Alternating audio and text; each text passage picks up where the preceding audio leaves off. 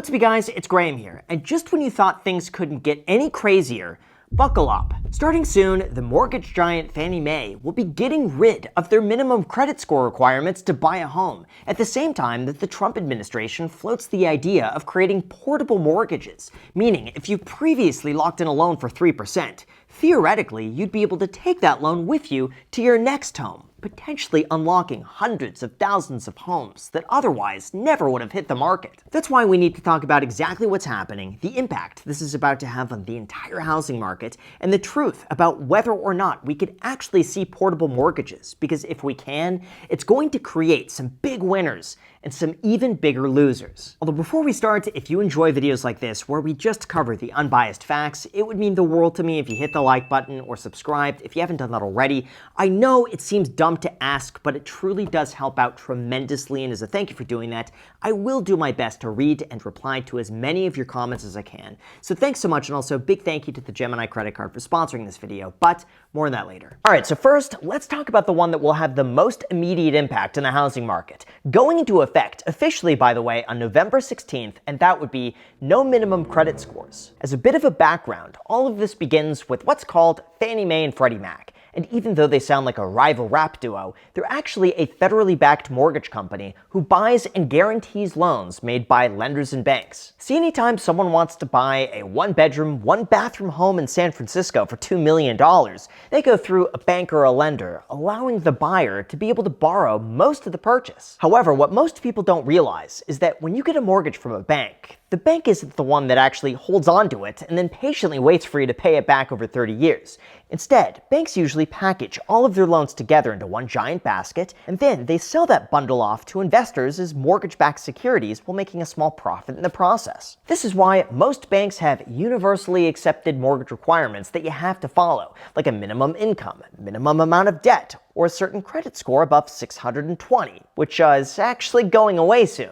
Okay, we'll talk about that point in a moment, but because investors aren't always out there clamoring to buy these mortgage-backed securities, in 1938, the government created a backstop to guarantee to buy those mortgages if they meet a certain requirement. And by doing so, they created Freddie Mac and Fannie Mae. And this is where things get very interesting. Over the last few years, Fannie Mae and Freddie Mac have been increasing the amounts that they're willing to finance, having raised their loan limits from $500,000 in 2020 to now as high as $1.5 million if you want to purchase 4 units. The thinking here is that home prices have gone up. This makes it easier to qualify for those larger loans. It expands the pool of buyers who are able to qualify for those loans. And now, this is the part that's beginning to worry people. No minimum credit score. Like I mentioned earlier, starting November 16th, Fannie Mae will no longer require a minimum credit score of 620. And I quote, "This is designed to expand access to mortgage credit, particularly among borrowers with so-called thin credit files or non-traditional credit histories." On top of that, they're also going to rely on their own comprehensive analysis of risk factors to determine eligibility. Now, in terms of what risk factors they look for, the home builder Pulte said that our underwriting standards are the same, and that they can now look at alternatives to your credit file, known as a VantageScore. This looks at your payment history outside of your normal credit profile, and it might include things like your rent payments, utility payments, phone payments, and anything else that might not show up. And the way they see it, this would allow a lot more borrowers to qualify who otherwise would have been left out. Like, just imagine that someone's been paying their rent on time, utilities on time, their bills on time for over a decade, but they just got their first credit card, and because it's so new, their credit score shows as 600. Well, prior to this new rule, they would have been left out, despite being an otherwise great borrower. But now, they could be included to get a mortgage as long as they meet every other criteria. Basically, this doesn't mean that lenders are removing the risk entirely or giving loans to anybody with a pulse, but it does mean that they're no longer reliant on credit scores if everything else looks good. So, what's the risk? Well, in terms of what I think, this isn't a surprise whatsoever, because lenders have been doing everything they can over the last few years to issue more loans and bigger loans, like increasing loan limits and allowing prior appraisals to be used in loan approvals. So it makes sense that they're getting rid of the minimum credit score requirement in favor of being able to use alternative data. From my perspective, this doesn't necessarily mean that banks are going to be giving money to people who otherwise can't pay for it, but it does tell me that enough people were getting disqualified that lenders wanted to change the rules to be able to push more people through.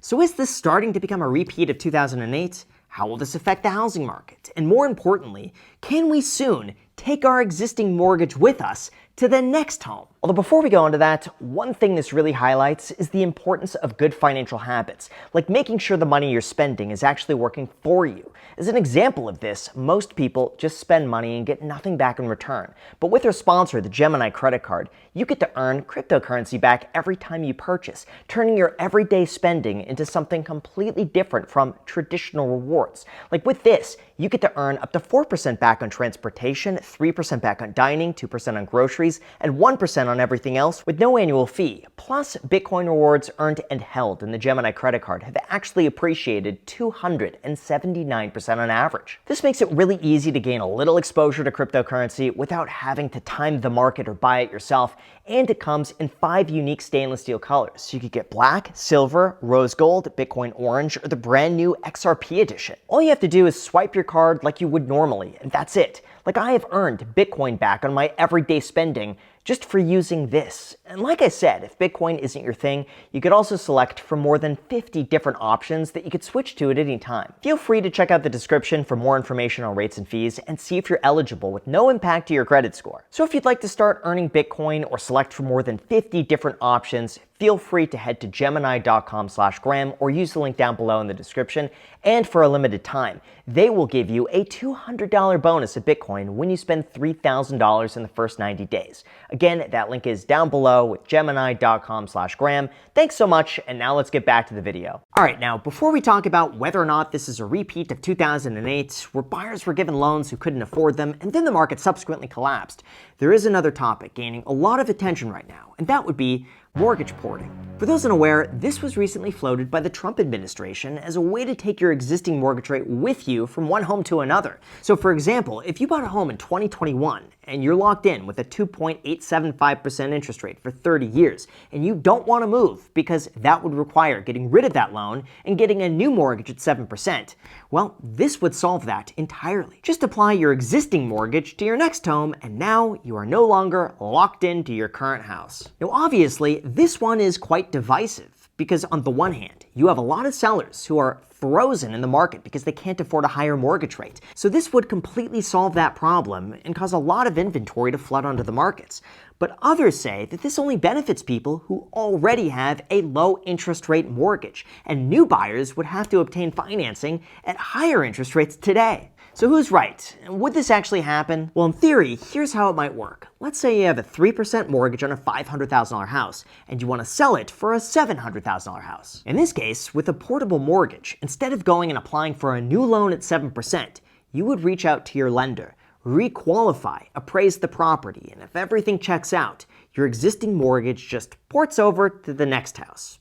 Easy. Of course, if it's more expensive, the buyer would likely have to obtain secondary financing at a higher interest rate, and if it's less expensive, they would just pay down the difference. In terms of who benefits the most from this, the honest answer is existing homeowners, because they get to keep their existing mortgage rate and just move it over to a new house. However, the expectation is that this would unlock a lot of lower priced inventory that would have never otherwise hit the market at a lower price, allowing more first-time buyers to be able to qualify. So what are the chances of this actually happening? Well, to talk about that, we need to discuss lenders. Here's where things get very tricky. Normally in a market like this, when you sell a home, your loan gets paid off.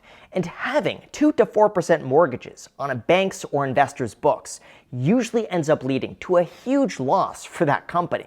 Like, this is one of the reasons why Silicon Valley Bank ended up going belly up. It's the reason that banks are having some of their largest unrealized losses in history.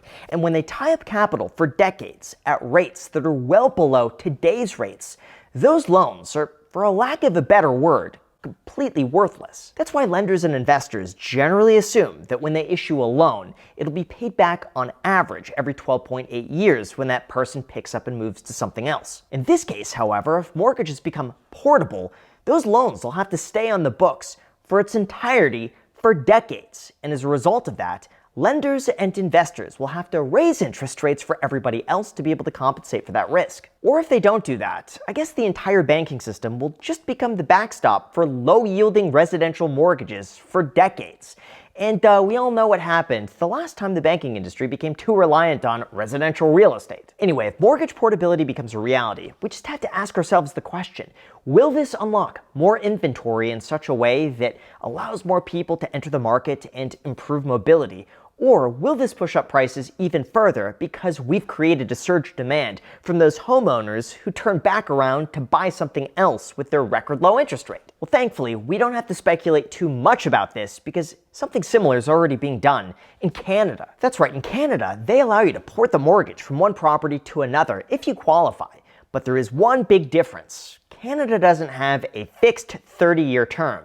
Instead, most of their loans are only fixed for 1 to 5 years, and then they reset once that term is up. This makes mortgage portability extremely simple because banks don't have to worry about that loan being held to maturity, and even if they do hold on to it, it's only for a few years until eventually it goes away. So is there ever a chance of this happening in the United States? Look, the reality is this is going to be very difficult to implement because you can't just retroactively change mortgage laws across tens of millions of mortgages. It would be kind of like you investing in a company, expecting to get all your money back in 5 years, and then the government comes in and says, actually, you're going to get paid back all your money in 30 years. Disagree with us? Well, that's too bad. All right, bye. Like here in the United States, we have what's called a due on sale clause that mandates the loan stay with the property and then be paid off in full when that property transfers title. To make mortgages portable, you would need to completely change laws and processes for banks and lenders. You would need to completely rewrite how mortgages are structured. And there needs to be new pricing models for lenders and banks who have to hold on to these very long-lived, low interest rate mortgages. That's why, as much as I would love for this to be the case, because I think the net benefit of porting mortgages is going to outweigh that of slightly higher demand, including more property tax revenue, unlocking inventory, and new buyers taking their place. Realistically, I just can't see this happening unless the government is there to backstop these loans with taxpayer funds. At which point, yeah, anything is possible with enough money. So ultimately, no, I don't think this one is going to happen. As much as I am in favor of it, it's just logistically, you can't do it without someone getting massively screwed. So are all of these housing market policies just going to repeat another 2008? Well, on the most basic level, the answer is probably not. Really, throughout the 2000s, home prices were fueled by rampant speculation, easy access to money, and short-term adjustable rate mortgages that allowed anyone to get a loan, even with no money down. These were often referred to as ninja loans, which stood for no job, no income, no assets. On top of that, many of those mortgages also had what's called a balloon payment, which meant that after the introductory rate payments were over, you would have much larger payments. And people just thought, that's okay, I'll sell the home for a higher price before those payments came due. And that turned out to be an absolute disaster. Once homeowners couldn't afford the higher payments, they all began to sell at the same time, flooding the market with inventory, prices collapsed, that fell back on the banks, and then everything went to shit. Even though we have seen a similar run-up in prices over the last 5 years, that was instead caused by record low mortgage rates that caused people to take on a lot of debt because it was very cheap to finance. And that debt isn't going away anytime soon because it's fixed until the property is completely paid off. Separate from that, these days, buyers still have to have a certain amount down. They still have to meet certain income criteria. They still have to verify their employment. And for a lack of a better word, we aren't getting people with no money down buying properties that shouldn't be qualified in the first place. That is why the chance of a 2008 style crash happening from something like this relatively unlikely in the foreseeable future. That's why I think it's obvious the current administration wants to do something to help fix the affordability crisis. And as much as I am in favor of being able to move your mortgage from one house to another, at the end of the day, the only thing that's going to make a big difference is building more. Housing is simply supply versus demand, and when supply is restricted because of zoning requirements and high building costs, of course housing prices are going to go up. Now maybe AI could eventually create a perfect 3D house, and in 30 years you could press a few buttons and get the blueprints automatically approved through ChatGPT, but for now, building has to be the #1 priority.